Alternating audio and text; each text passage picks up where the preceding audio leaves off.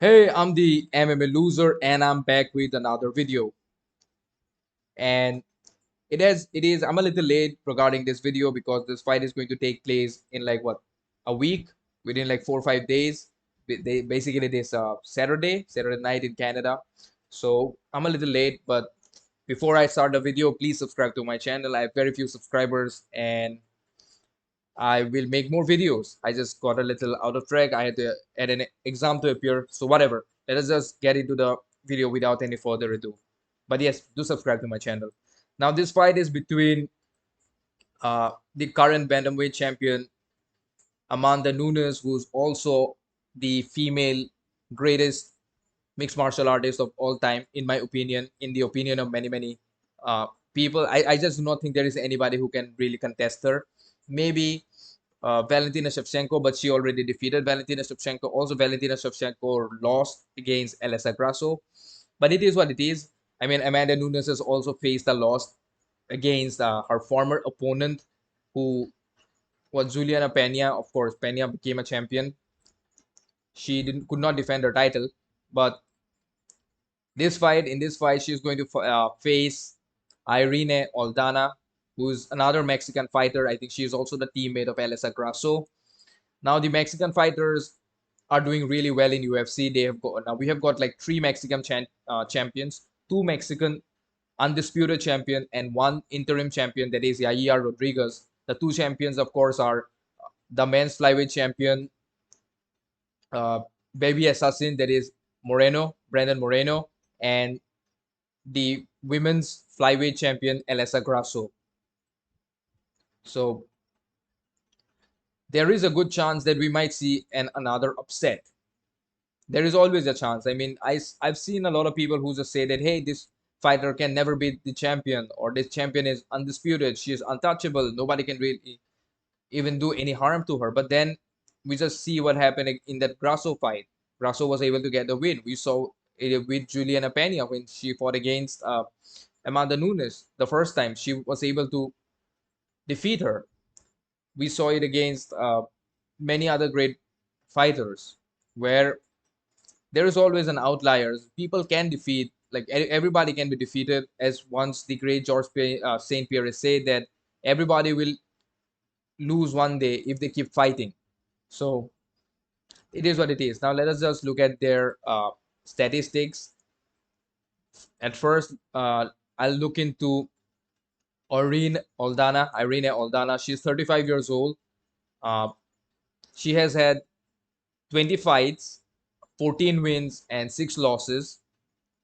She is 5 feet 9 inches tall, which is pretty tall considering the bantamweight division. And she has had 8 TKOs and 3 submissions and 3 decisions. Her last fight was against Meshi Chiazen, which was an up kick. Now that is the most unique finisher, or the most unique strike that I have seen, and I've been watching UFC for a very long time, because it was an up kick to the liver. I think more fighters should utilize that technique. That was very. I've never seen that. I've seen up kick knockouts. I think Tony Ferguson did once, and Nico Price probably did once.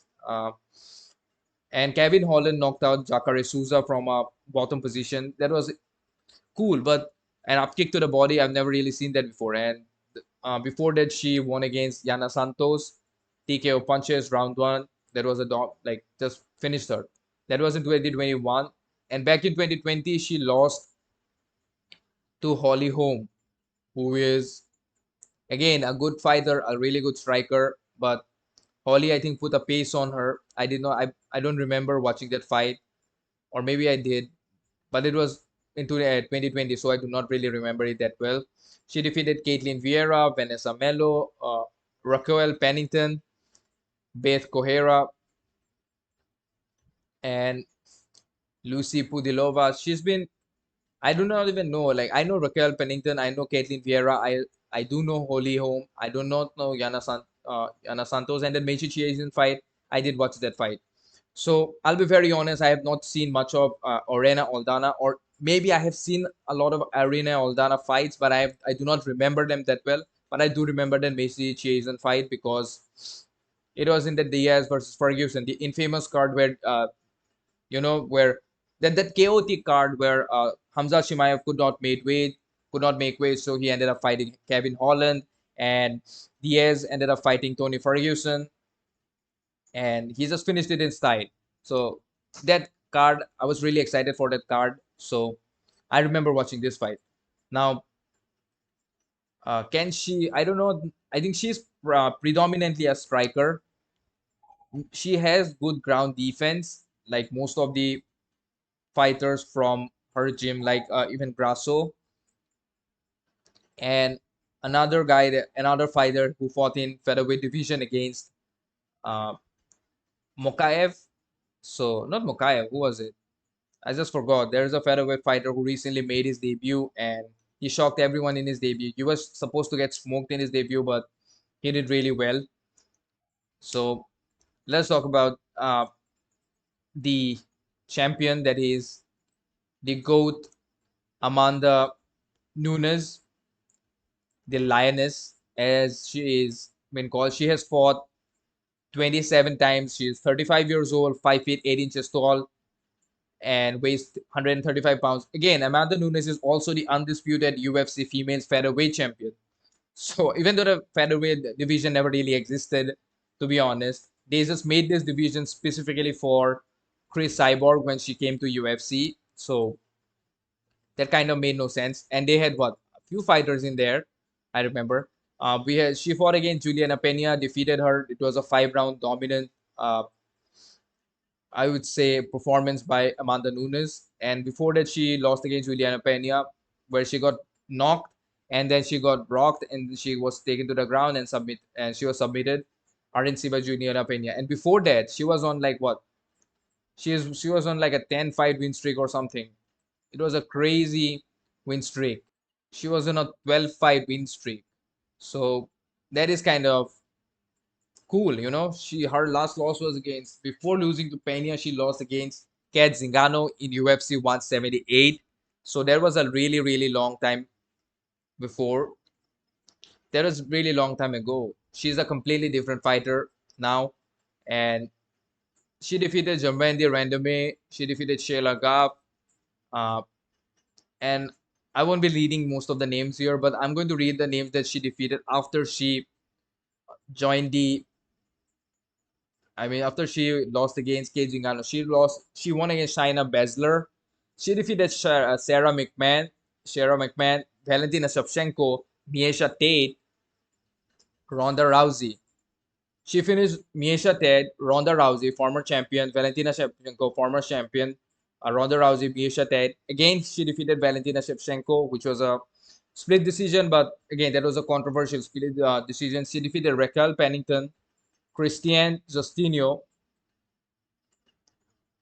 Holly Holm, again, Jermaine de Randame, once again, Felicia Spencer, Megan Anderson, and she has defeated who's who of the fighters. I mean, is there anybody left that she? I don't know. Why don't they just show that Chris Cyborg fight in her record? I don't know, man. I just don't know why they don't show it. I mean, she defeated Chris Cyborg, of course. They don't show it here, right? It's weird. Why don't they show her fight against Chris Cyborg in her record? I mean, her Amanda Nunes, again. She's good everywhere. She's one of those fighters who's good everywhere. At one point of time, Amanda Nunes had problems with her cardio, but she has been in so many 5 round fights. I think her cardio is pretty good. It's better than it's I would say it is very good. It is what you need to become a champion. She has enough cardio. So cardio is not in question. She got caught by Juliana Pena. She was not herself, whatever, but she came back and dominated Juliana Pena. 5 round decision. She was never in danger.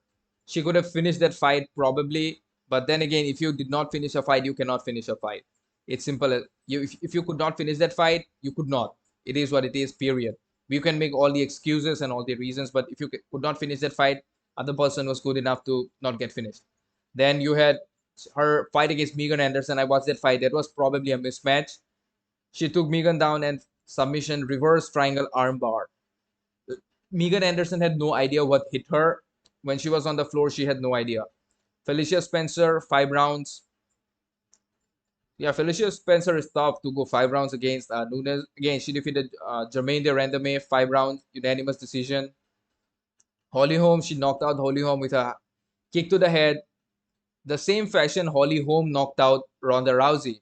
So Amanda has that ability to, do things and where she will knock you out with a technique that you used in your prior fight. So kind of interesting. Now, how this fight will go, I I haven't seen too much of Aldana, but if the fight goes to the ground, then I think it is more of Amanda's. I would say Amanda would be the more dominant one. Now again, Aldana is good on the ground because she has an upkick knockout, so she can take the fight to the ground. But I think I will give the advantage to Nunes more because Nunes uh, attempts more takedown and Nunes has more takedown, and I'm fairly certain Nunes has more more finishes on the ground than Irene Aldana, and also experience. Experience. I think Nunes is a bit more experienced than Aldana, and also the quality of opponents that Nunes has fought. All champions, former champions, but like there is no point of making a prediction for any UFC fight because most of the time it does not work. Most of the time it works, but then again it does not work. You cannot really predict anything in this sport. But we just give our opinion, me or any other content, like any other channel or any other person who's interested in mixed martial arts. We just give our opinion. You can be the best fighter in the world. Like even if you ask John Jones and ask him, hey, tomorrow, I don't know, these two fighters are fighting, who you think is going to win? And he says, Nunes, is there a guarantee that Nunes is going to win? No. Is there a guarantee that Aldana is going to win? No. There is never a guarantee. We might see an upset or whatever. But from what I have seen from both these fighters in the past, I will give my, I will like to say that Nunes will win because of her ground game, I think, and also the power difference. Aldana has power as well. Aldana is a really, really crisp boxer. She has really good technique. Uh, their boxing is really good in that gym. Her Grasso, but again, Nunes is also a good boxer. Nunes throws. Nunes has probably the most power when it comes to women's MMA. I don't know. Maybe Jessica Andrade has power, but yes, but Jessica Andrade is like really too small for someone like Nunes. Nunes is 5'8", so she's basically taller than me, and also stockier than me, and so she hits hard, and so she probably might knock Aldana out. Having said that, I think this fight, Amanda Nunes takes this fight. I will say a finish on the ground or not. Who knows? Or maybe a 5 round decision win or whatever. So you guys can write me in the comments who you think is going to win this fight in UFC 289. Is it going to be the champion? Is it going to be the undisputed champion Amanda Nunes? Will she be able to defend her belt against the challenger Irene Aldana, or will we witness uh, another upset and another Mexican champion will be crowned in UFC 289? Do write me in the comments. And yes, if you enjoyed the video, then drop a like, please share the video, and yes, definitely, please subscribe to my channel. I have very few subscribers, and if you subscribe to my channel, it helps my channel to grow. And with that, peace out.